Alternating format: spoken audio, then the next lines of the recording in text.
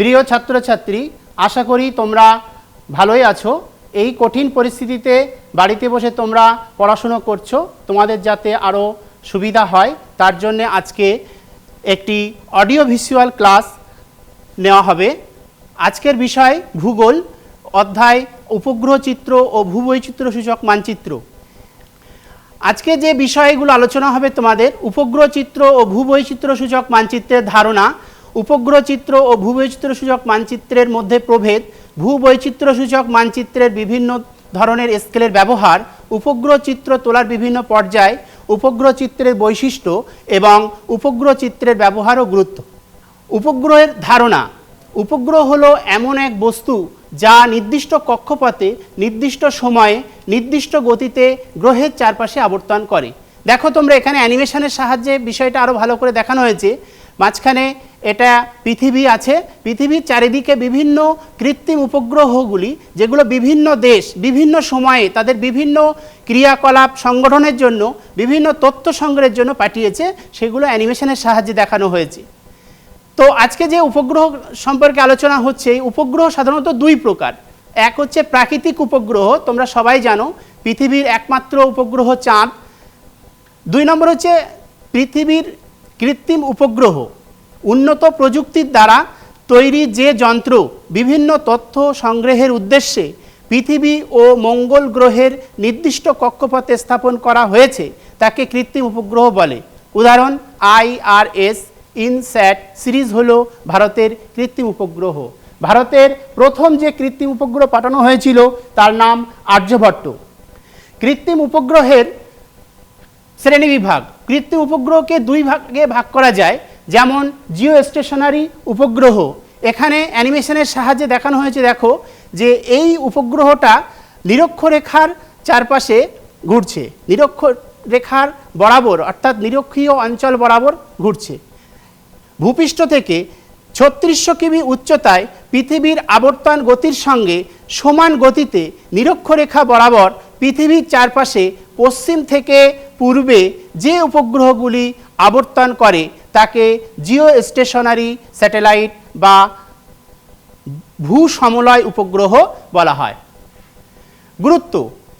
কেন এই উপগ্রহটা পাঠানো হয়েছে তার অনেকগুলো উপকারিতা আছে, যেমন যোগাযোগ ব্যবস্থায় গুরুত্বপূর্ণ তথ্য সংগ্রহ করে, পরিবেশ সম্পর্কিত তথ্য সংগ্রহ করে।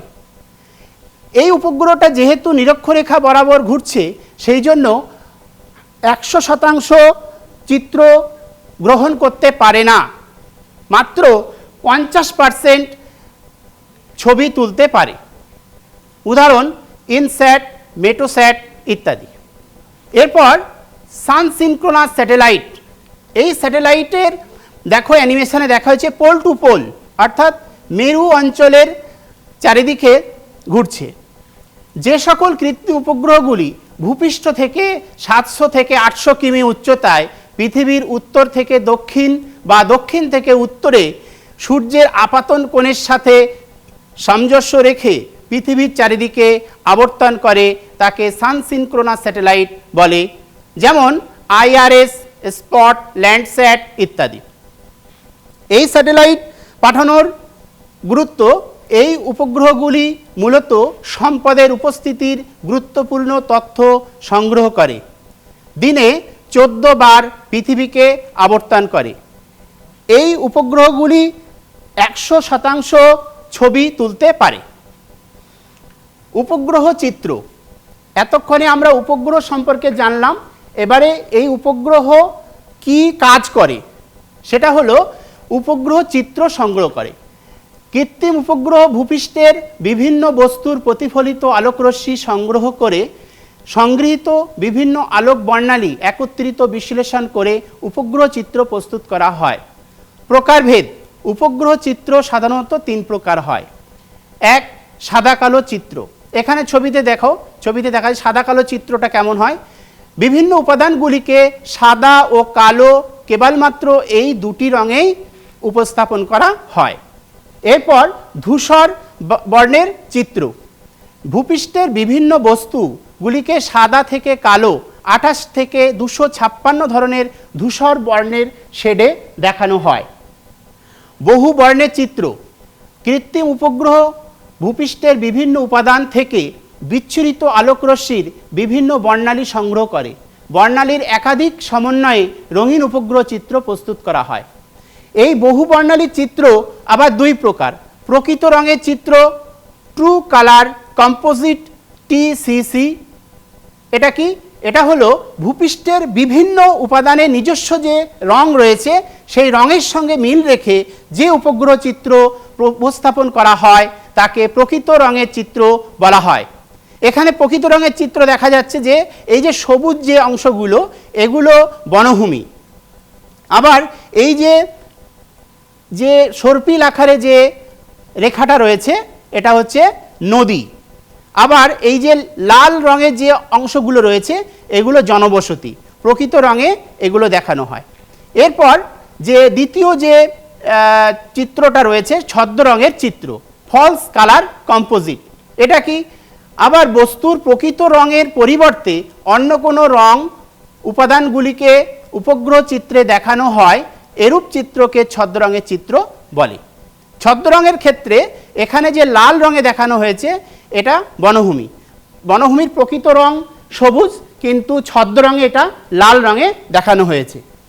এরপর উপগ্রহ চিত্র তোলার বিভিন্ন পর্যায়।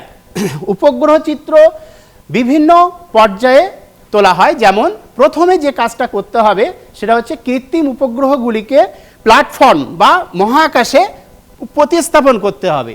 মহাকাশে কৃত্রিম উপগ্রহগুলিকে তথ্য সংগ্রহের জন্য প্রথমে মহাকাশ যানের মাধ্যমে প্ল্যাটফর্মে প্রতিস্থাপন করা হয়। এরপর তথ্য সংগ্রহ।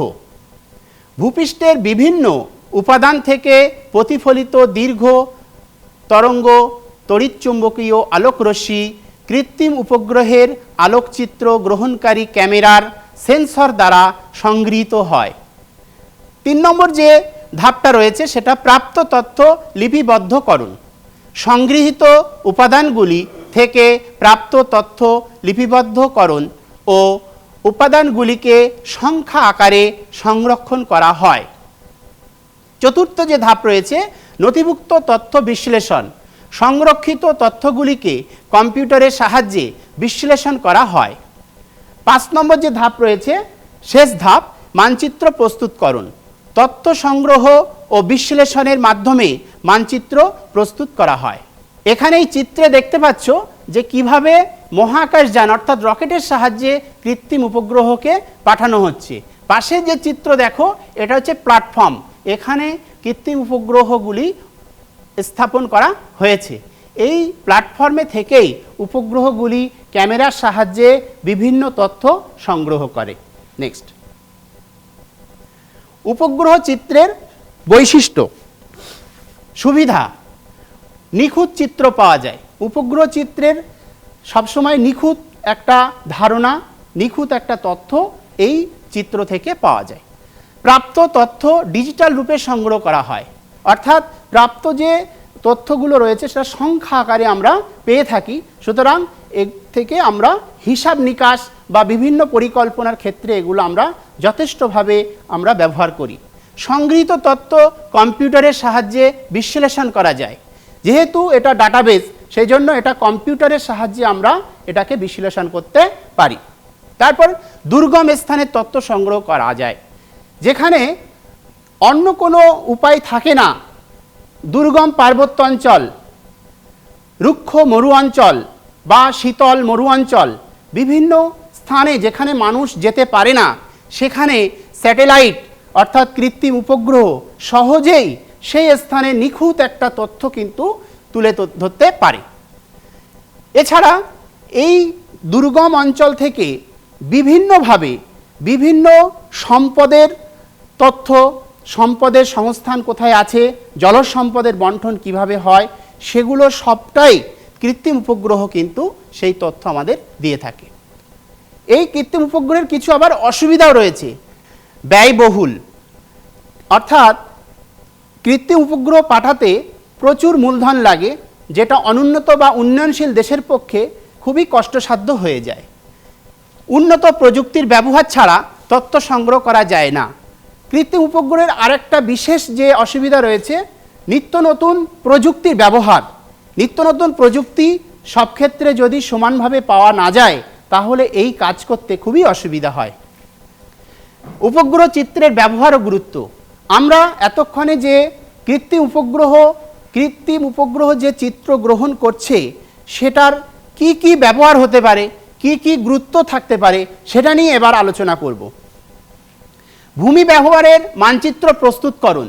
যে কোনো অঞ্চলের ভূমি ব্যবহারের ধরন দেখানো যায়, অর্থাৎ ভূমির ব্যবহার কেমন হবে, কোথায় বাজারঘাট, কোথায় রাস্তা, কোথায় পুকুর, কোথায় হ্রদ, কোথায় নদীনালা, বিভিন্ন প্রাকৃতিক এবং সাংস্কৃতিক যে উপাদানগুলি রয়েছে সেই উপাদানের বণ্টন কেমন হবে, কোথায় কিভাবে বিস্তৃত আছে, সেগুলো সবই কিন্তু আমরা এই কৃত্রিম উপগ্রহের চিত্রের সাহায্যে সুন্দরভাবে উপস্থাপন করতে পারি। ভূমি ব্যবহারের পরিবর্তন। জনবসতির ক্ষেত্রীয় বৃদ্ধি, সময়ের পরিবর্তনে পৌর বিক্ষেপ, বনভূমি ধ্বংস প্রভৃতি সুন্দরভাবে উপস্থাপন করা যায়। কৃত্রিম উপগ্রহের চিত্রের দ্বারা আমরা কোনো একটা অঞ্চলের জনসংখ্যার যে ক্রমবর্ধমান বৃদ্ধি 10 বছর আগে কেমন ছিল, 10 বছর পরে কেমন হয়েছে বা কেমন হবে তার একটা ধারণা মানচিত্র আমরা তৈরি করতে পারি। তাছাড়া বনভূমি ধ্বংস, 10 বছর আগে বনভূমির পরিমাণ কেমন ছিল কোনো একটি অঞ্চলে, বর্তমানে কেমন আছে, কতটা হ্রাস পেয়েছে বা কতটা বৃদ্ধি পেয়েছে, সম্পূর্ণ একটা বিশ্লেষণ কিন্তু কৃত্রিম উপগ্রহের দ্বারা আমরা করতে পারি। কৃষিকাজের এলাকা, শস্যের বৈশিষ্ট্য নির্ধারণ করা যায়। কৃষিকাজের এলাকা, কোন অঞ্চলে কী কী ধরনের কৃষিকাজ হচ্ছে, কোন কোন অঞ্চলে কেমন ধরনের শস্যের বৈশিষ্ট্য, গুণগত মান এগুলো রয়েছে, সব কিছুই কিন্তু কৃত্রিম উপগ্রহের দ্বারা আমরা জানতে পারি। স্বাভাবিক উদ্ভিদের বণ্টনের ঘনত্ব জানা যায়।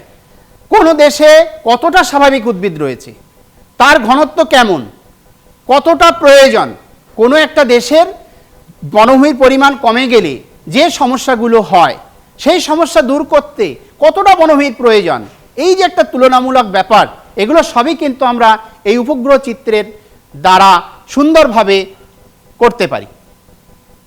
জলসম্পদের বণ্টন নির্ণয় করা যায়। জলসম্পদ আমাদের গুরুত্বপূর্ণ সম্পদ, কারণ এই জলের অপচয় যেভাবে হচ্ছে তাতে খুব ভয়াবহ দিন আসছে। যে জলকে আমরা এতটাই প্রয়োজনীয় উপাদান হিসাবে দেখি, সেই জলের বিভিন্ন স্থানে যে বণ্টন রয়েছে তার একটা ধারণা আমরা উপগ্রহ চিত্র দ্বারা পেয়ে থাকি। সম্পদের অনুসন্ধানের কাজে উপগ্রহ চিত্রের গুরুত্ব অপরিসীম, অর্থাৎ কোনো অঞ্চলে কি সম্পদ লুকিয়ে আছে, মাটির তলায় কি সম্পদ রয়েছে, সেই সম্পদের একটা সুন্দর ধারণা আমরা পেয়ে থাকি এই উপগ্রহ চিত্রের মাধ্যমে। মৃত্তিকার জল ধারণ ক্ষমতা ও ভূমির বন্ধুরতা নির্ধারণের কাজে উপগ্রহ চিত্র ব্যবহার করা হয়। বিভিন্ন অঞ্চলে যে ভূমির যে বন্ধুরতা সেটা যেমন ফুটে ওঠে কৃত্রিম উপগ্রহের চিত্রের দ্বারা, ঠিক তেমনি কোন অঞ্চলের মৃত্তিকাতে জল ধারণের ক্ষমতা কেমন সেটাও সুন্দরভাবে আমরা এই চিত্রের দ্বারা পেয়ে থাকি। এরপরে আমরা যে বিষয়টা আলোচনা করব সেটা ভূবৈচিত্র্য সূচক মানচিত্র। ভূবৈচিত্র্য সূচক মানচিত্র হলো ভূপৃষ্ঠের প্রাকৃতিক ভূমিরূপ, স্বাভাবিক উদ্ভিদ, নদ নদী ইত্যাদি ও সাংস্কৃতিক উপাদান যেমন জনবসতি, যোগাযোগ ব্যবস্থা, এগুলিকে প্রচলিত প্রতীকচিহ্ন ও রঙের দ্বারা যে মানচিত্রে দেখানো হয় সেই মানচিত্রকে ভূবৈচিত্র্য সূচক মানচিত্র বলা হয়। ভূবৈচিত্র্য সূচক মানচিত্র প্রস্তুতকারক সংস্থা, কোন সংস্থা এই মানচিত্র তৈরি করে? তোমরা জানো ভারতের জরিপ বিভাগ, যার নাম ইংরেজিতে বলা হয় সার্ভে অফ ইন্ডিয়া, SOI, 1967 সালে স্থাপিত হয়। এই সংস্থা ভূবৈচিত্র্য সূচক মানচিত্র প্রকাশ করে। এই সংস্থার সদর দপ্তর ভারতের দেরাদুন শহরে অবস্থিত। দেখো এখানে যে চিত্রটা দেখানো হয়েছে এটা ভূবৈচিত্র্য সূচক মানচিত্রের একটা চিত্র, যে চিত্রে যে সবুজ অংশগুলো রয়েছে এগুলো সম্পূর্ণ বনভূমি, কারণ ভূবৈচিত্র্যসূচক মানচিত্রে বনভূমিকে সবুজ রঙে দেখানো হয়। আবার এখানে যে লাল রঙের যে ফোঁটা ফোঁটা দাগ দেখছো এগুলো হলো জনবসতি। জনবসতিকে ভূবৈচিত্র্যসূচক মানচিত্রে লাল রঙের ছোট ছোট বক্সে বর্গাকার বক্সে দেখানো হয়। আবার এই যে বাদামি বর্ণের যে রেখাগুলো দেখছো এখানে এগুলোকে বলা হয় সমোন্নতি রেখা। সমোন্নতি রেখা কি? যে রেখা দ্বারা আমরা ভূমির উচ্চতা সম্পর্কে জানতে পারি, অর্থাৎ সম উচ্চতাযুক্ত স্থানের উপর দিয়ে যে রেখা কল্পনা করা হয় তাকে বলা হয় সমোন্নতি রেখা। এই সমোন্নতি রেখার সাহায্যে এই অঞ্চলের উচ্চতা, ভূমির উচ্চতা কেমন বা সেই অঞ্চলের বন্ধুরতা কেমন সেটা সম্পর্কে সুন্দরভাবে আমরা জানতে পারি। তাছাড়া এখানে আরেকটা জিনিস দেখছো যে এই যে নীল রঙের যে দাগটা দেখতে পাচ্ছ এটা হচ্ছে নদী। নদীর রং এখানে ভূবৈচিত্র্যসূচক মানচিত্রে নীল রঙে দেখানো হয়। এবারে তোমরা ভূবৈচিত্র্যসূচক মানচিত্রের বৈশিষ্ট্য সম্পর্কে জানবে। ভূবৈচিত্র্যসূচক মানচিত্র সুনির্দিষ্ট স্কেলে অঙ্কন করা হয়, অর্থাৎ প্রত্যেকটি ভূবৈচিত্র্যসূচক মানচিত্রের স্কেল নির্দিষ্ট। মানচিত্রে অক্ষাংশ এবং দ্রাঘিমাংশগত বিস্তার থাকে, অর্থাৎ মানচিত্রে কত ডিগ্রি উত্তর অক্ষাংশ থেকে কত ডিগ্রি উত্তর অক্ষাংশ এবং কত ডিগ্রি দ্রাঘিমাংশ থেকে কত ডিগ্রি দ্রাঘিমাংশে বিস্তৃত সেটা সুন্দরভাবে লেখা থাকে এবং অক্ষাংশ এবং দ্রাঘিমাংশের হিসাব অনুযায়ী এই মানচিত্রটা প্রকাশ করা হয়। সংগৃহীত প্রাথমিক তত্ত্বের ভিত্তিতে এই মানচিত্র প্রস্তুত করা হয়। এই মানচিত্র অর্থাৎ ভূবৈচিত্র্যসূচক মানচিত্র সবসময় ফিল্ডে গিয়ে অর্থাৎ জরিপের মাধ্যমে এটা প্রাথমিক তথ্য সংগ্রহ করা হয় এবং সেই সংগৃহীত তথ্য অনুসারে এই মানচিত্র প্রস্তুত করা হয়। নির্বাচিত কিছু প্রাকৃতিক ও সাংস্কৃতিক উপাদানের সমাবেশ এই মানচিত্রে দেখানো হয়। বিভিন্ন প্রাকৃতিক উপাদান যেমন নদ নদী, স্বাভাবিক উদ্ভিদ, ভূমিরূপ প্রভৃতি সুন্দরভাবে এই মানচিত্রে উপস্থাপন করা হয়। তাছাড়া সাংস্কৃতিক বিভিন্ন উপাদান যেমন জনবসতি, রাস্তাঘাট প্রভৃতি এই মানচিত্রে দেখানো হয়। প্রয়োজনীয়তা, কেন এই মানচিত্র সম্পর্কে আমরা জানব বা বুঝব? কারণ ভূপ্রকৃতি ও নদ নদীর ইত্যাদি প্রাকৃতিক বিষয়গুলির বৈশিষ্ট্য সম্বন্ধে জ্ঞান লাভ করা যায়।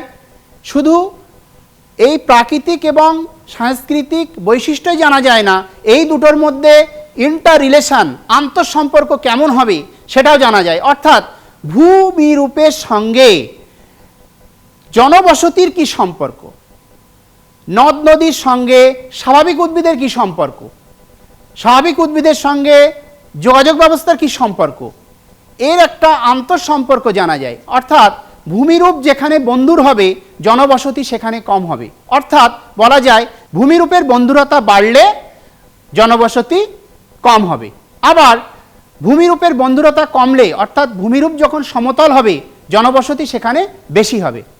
কারণ জনবসতি গড়ে ওঠার যে মূল শর্ত সেগুলি হলো যোগাযোগ ব্যবস্থা, জীবিকা নির্বাহ ইত্যাদি, যেটা সমতল ভূমিতে বেশি লক্ষ্য করা যায়। আঞ্চলিক উন্নয়নের পরিকল্পনা গ্রহণে এই মানচিত্রের প্রয়োজন হয়।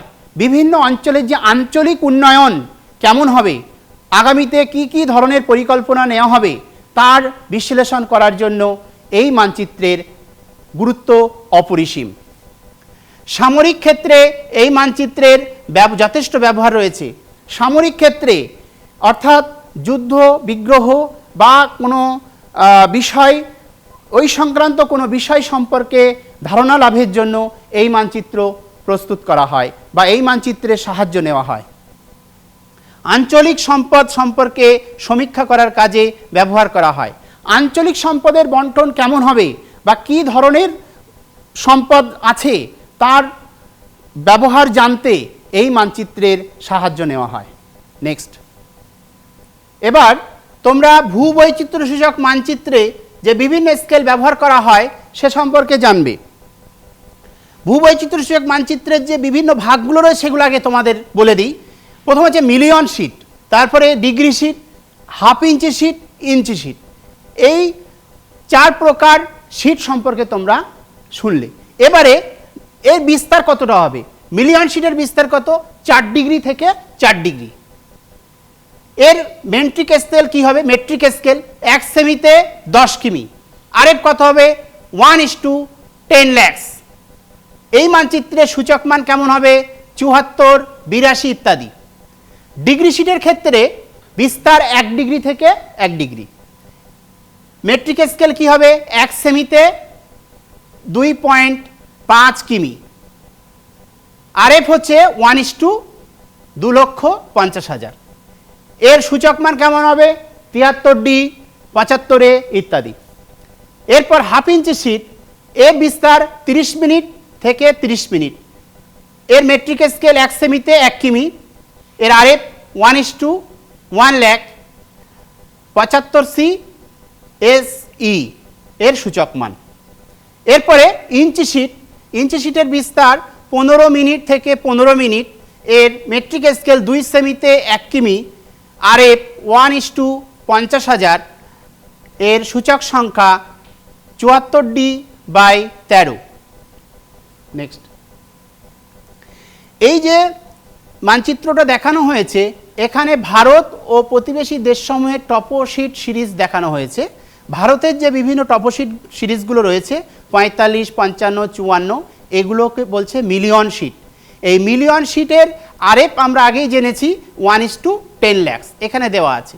এই এক একটা ভাগকে আবার 16টা ভাগে ভাগ করা হয়েছে, এগুলোকে বলছে ডিগ্রি শিট। এই ডিগ্রি শিটের আরএফ 1:2.5 লাখ।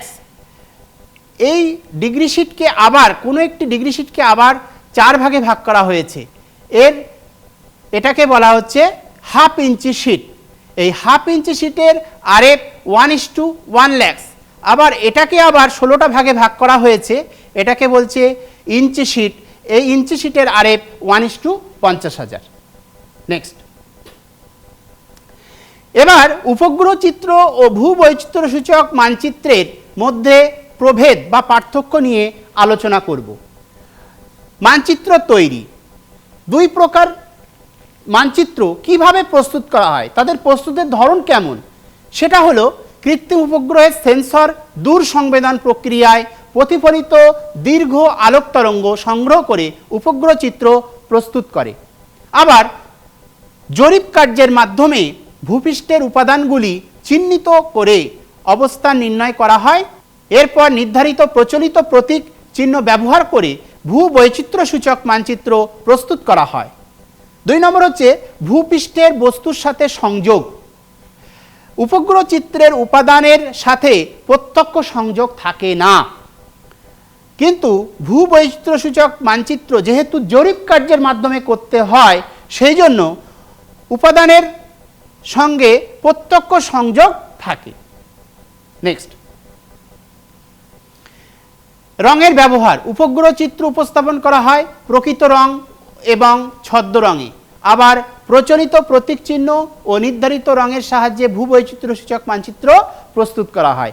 এখানে 2টো চিত্র তুলে ধরা হয়েছে, এটা হলো ভূবৈচিত্র্য সূচক মানচিত্র আর এটা হলো উপগ্রহ চিত্র। দেখো, উপগ্রহ চিত্রে যেখানে রং লাল কালার করা আছে, সেখানে কিন্তু এখানে সবুজ রঙে দেখানো আছে। অর্থাৎ সবুজ রঙগুলো এখানে কি? এখানে স্বাভাবিক উদ্ভিদ, কিন্তু এখানে স্বাভাবিক উদ্ভিদকে লাল রঙে দেখানো হয়েছে, অর্থাৎ এটা ছদ্ম রঙের চিত্র। নেক্সট, জেনে রাখো এখানে কিছু কিছু বিষয় তোমাদের এর আগে স্লাইডগুলোতে আলোচনা হয়েছে, যেগুলো ডিসকাস করার সুযোগ হয়নি, এখানে সেটা জেনে নাও। দূর সংবেদন, বস্তুর সংস্পর্শে না এসে দূর থেকে কোনো বস্তুর ছবি তোলাকে দূর সংবেদন বলা হয়। GIS, geographical information system. IRS, Indian remote sensing satellite. Spot, ফ্রান্সের দূর সংবেদন উপগ্রহ। ল্যান্ডস্যাট হলো আমেরিকা যুক্তরাষ্ট্রের দূর সংবেদন উপগ্রহ। ডিজিটাল তথ্য, সংখ্যায় উপস্থিত তথ্য। EMR, ইলেকট্রোম্যাগনেটিক রেডিয়েশন বা তড়িৎ চুম্বকীয় তরঙ্গ। নেক্সট, এবারে এতক্ষণে যে আলোচনা হলো সেই আলোচনার সেই আলোচনার একটি মূল্যায়ন আমাদের করতে হবে। তোমরা এই চ্যাপ্টার থেকে যে প্রশ্নগুলো দেখবে সেগুলোর মধ্যে দেখো এখানে এমসিকিউ মাল্টিপল চয়েস কোশ্চেন কটা থাকে এই চ্যাপ্টারে? দুটো থাকে, প্রতিটি প্রশ্নের মান 1, 2 নম্বর। Very short answer type question একটি কোশ্চেন থাকে 1 নম্বর। শর্ট অ্যান্সার টাইপ কোশ্চেন 2টি থাকে 4 নম্বর।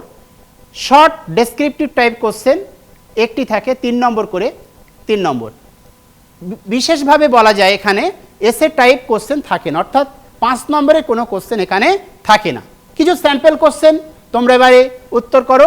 এমসিকিউ কোশ্চেন মান 1, ভারতীয় সর্বেক্ষণ বিভাগ স্থাপিত হয় যে সালে? 1600। ভারতীয় সর্বেক্ষণ বিভাগ স্থাপিত হয় যে সালে? 1667 সালে, 1767 সালে, 1867 সালে, 1967 সালে। উত্তর কোনটা হবে? 1767 সালে। ভারতের একটি ভূসমলয় উপগ্রহ বা জিও স্টেশনারি উপগ্রহর নাম? INSAT. Very short answer type question 1 নম্বরের কোশ্চেন। সার্ভে অফ ইন্ডিয়া সদর দপ্তর কোথায় অবস্থিত? দেরাদুনে। বস্তুর সংস্পর্শে না এসে দূর থেকে কোনো বস্তুর ছবি তোলাকে বলে দূর সংবেদন। এসে টাইপ কোশ্চেন অর্থাৎ শর্ট অ্যান্সার টাইপ কোশ্চেন তোমরা করবে বাড়িতে। ভূ বৈচিত্র্যসূচক মানচিত্র কাকে বলে? এফসিসি কি? উপগ্রহ চিত্র কাকে বলে? জিও স্টেশনারি স্যাটেলাইট বলতে কি বোঝো? এরপর শর্ট ডেসক্রিপটিভ টাইপ কোশ্চেন, দূর সংবেদন ব্যবস্থার সুবিধাগুলি কি কি? উপগ্রহ চিত্রের বিশেষ ব্যবহারগুলি কি কি? এবারে তোমরা যে লিঙ্কগুলো দেখছো এই লিঙ্কে গিয়ে গুগল সার্চ করে তোমরা বিভিন্ন ইনফরমেশনগুলো দেখবে। ভূবৈচিত্র্যসূচক উপগ্রহ চিত্র যে চ্যাপ্টারে এতক্ষণে পড়ালাম সেই চিত্র সম্পর্কে যদি আরও কিছু জানতে চাও তাহলে এগুলোকে তোমরা সার্চ করবে। এছাড়া আধুনিক ভূগোল ও পরিবেশ হাজরা হাজরা বইটাও তোমরা রেফারেন্স হিসাবে দেখতে পারো। পরিশেষে বলি, এই যে ভিডিও আজকে তোমরা দেখছো এই ভিডিও থেকে তোমরা যদি আরও বেশি কিছু তোমরা সমৃদ্ধ হতে পারো তাহলে আজকের এই ভিডিও সার্থক হবে।